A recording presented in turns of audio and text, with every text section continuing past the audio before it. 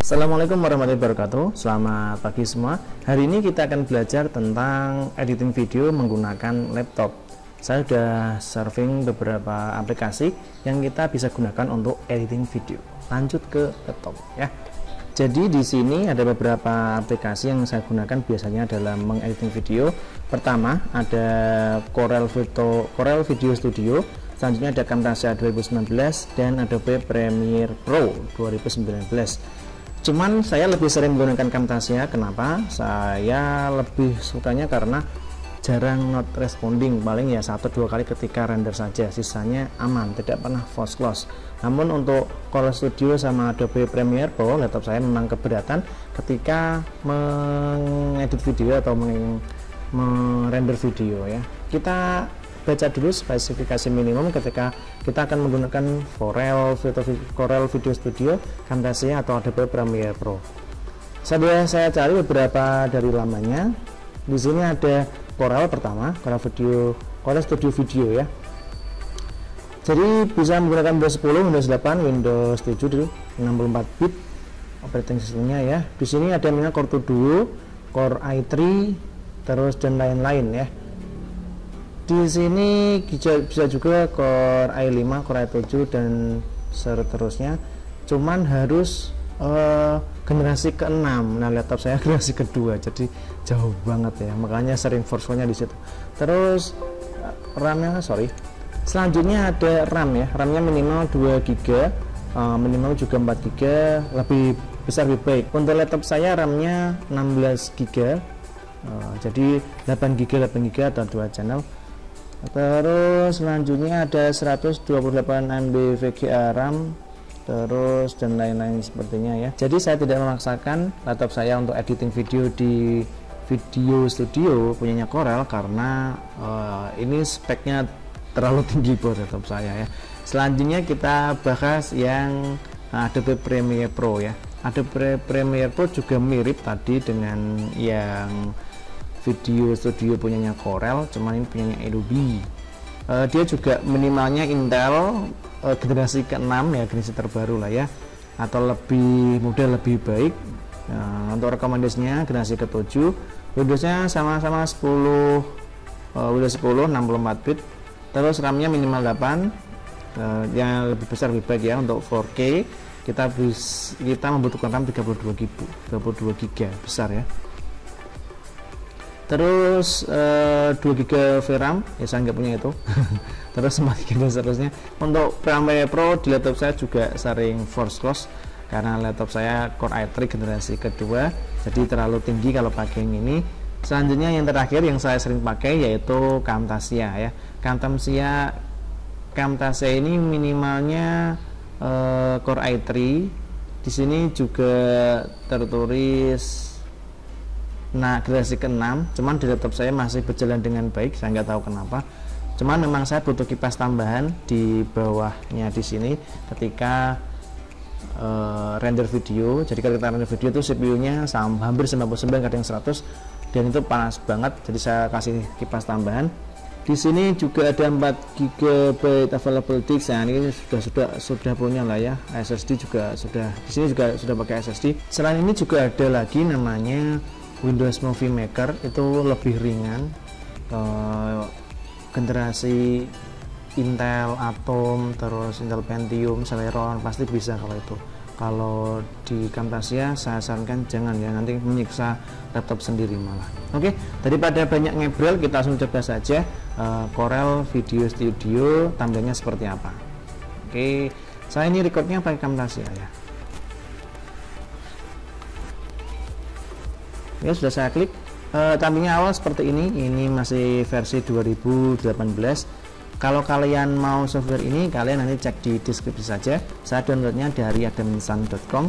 Di sana banyak software-software yang bisa kita gunakan untuk belajar editing video maupun editing gambar.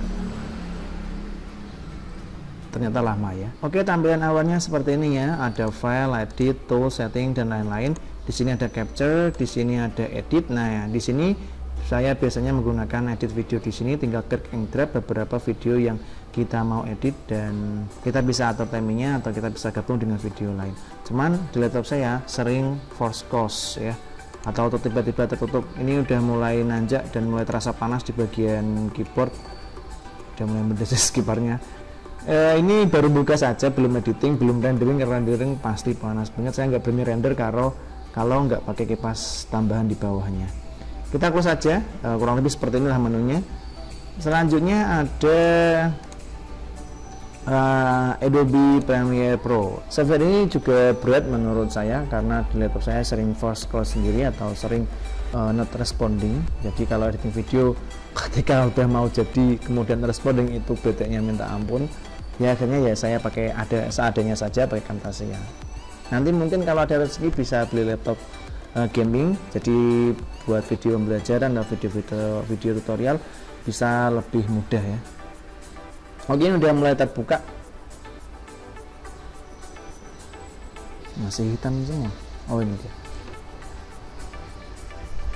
Oke, bentuknya seperti ini. Kita pilih new project aja ya. Mungkin kita butuh waktu 3 menitan kali ya untuk membuka Adobe Premiere Pro ini.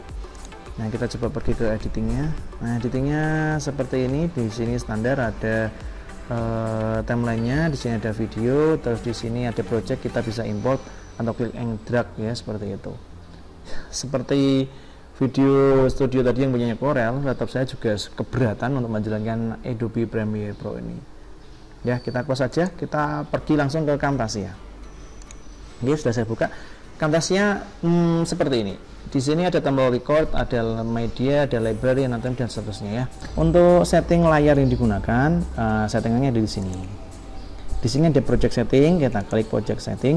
Di sini ada berbagai ukuran video ya. Ada HD, ada Full HD, ada dan lain-lainnya. Di sini ada custom juga, ada untuk tablet, ada untuk iPod, iOS atau sosial media, Facebook, terus Instagram dan lain-lain. Biasanya kalau dari YouTube saya pakai 1080 ya kuatnya laptopnya memang segitu. Kemudian apply. Saya jelaskan menunya langsung. Kalau di bawah yang sebelah sini namanya dia timeline ya. Di sini track 1, track 2, track 3 dan seterusnya. Di sini dia video yang akan kita produksi. Kalau di tengah sini adalah tampilan ketika kita play menggunakan ini spacebar ya.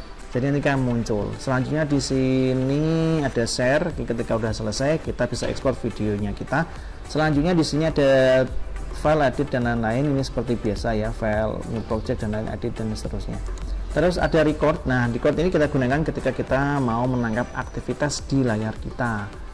Terus selanjutnya ada media. Media ini kita gunakan untuk mengimport video. Misalnya saya sudah punya video ini. Nah, saya sudah record menggunakan HP, bisa diklik, kemudian ditarik dan dimasukkan ke sini.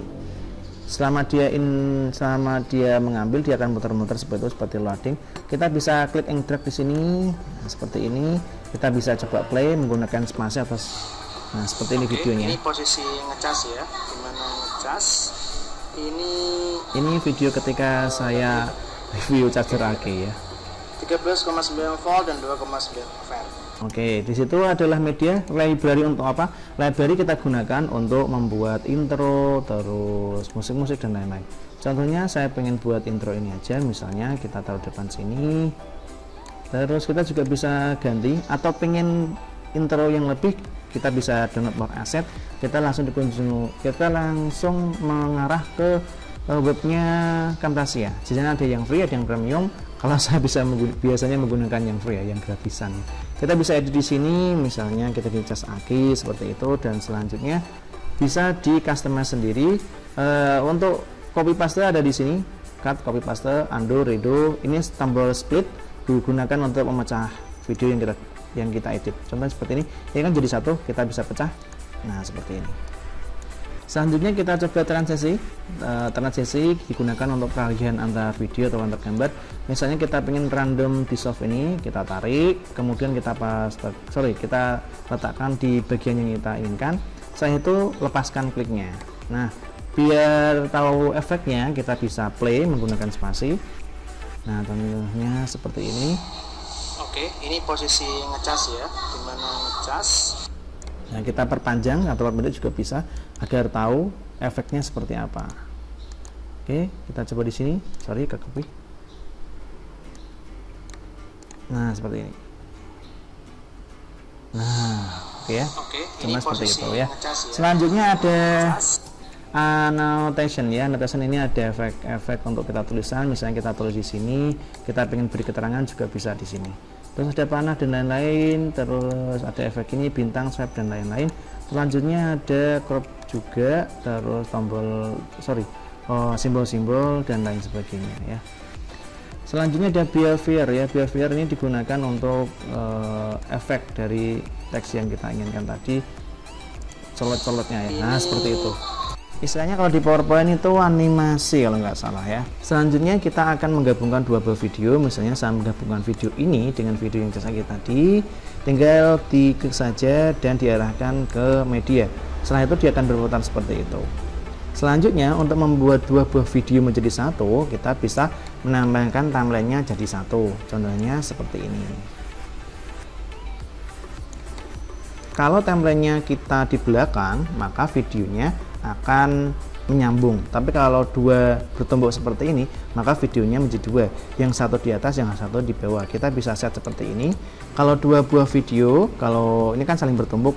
Kalau yang belakang ingin maju ke depan, kita bisa klik, kemudian arrange, kemudian bring to front atau bring forward. Kalau forward maju selangkah, kalau front paling depan, seperti itu. Coba kita bring front. Nah, dia paling depan ya. Kita perkecil. Nah, bedanya seperti ini. Ini yang depan, ini yang belakang. Kalau di play seperti ini. Oke, ini posisi ngecas. Nah, tujuannya kan tadi berbeda. Ini yang depan, ini yang belakang. Maka ini kita klik kanan, kemudian arrange, terus bring to front. Nah, seperti itu. Teman-teman semua juga bisa merotasi videonya. Kalau kemarin makanya HP-nya terbalik atau gimana, kita pakai rotasi. Di sini ada X, Y, Z, misalnya 90, maka dia akan tegak lurus atau siku-siku ya. Kita kembali saja. Terus selanjutnya adalah volume. Dalam membuat video kalian pasti menggunakan volume agar lebih menarik. Jadi di sini ada dua buah volume. Anda bisa mengurangi atau menambahnya ya. Di sini ada tombol volume, kita klik saja. Misalnya saya ingin volume ini yang kedengaran, berarti yang ini saya nolkan seperti itu. Kalau ini kurang kenceng, kita bisa kencengkan. Maksimalnya 250 ya. Ya sekitar 200 sudah cakep. Ya 200 sudah cakep ya. Selanjutnya untuk menambahkan background, kita bisa import dari musik. Ingat, musiknya harus no copyright. Di YouTube udah banyak kok, tinggal dicari aja musik yang no copyright. Jangan pakai musiknya orang lain karena nanti dapat teguran karena menggunakan produknya orang lain tanpa sumber. Contohnya kita punya musik seperti ini, kita bisa klik and drag, terus kemudian taruh di sini. Setelah itu kita taruh di atasnya. Nah, jadi nanti musiknya akan muter sejalan dengan transisi tadi ya. Intro tadi. Nah, seperti ini.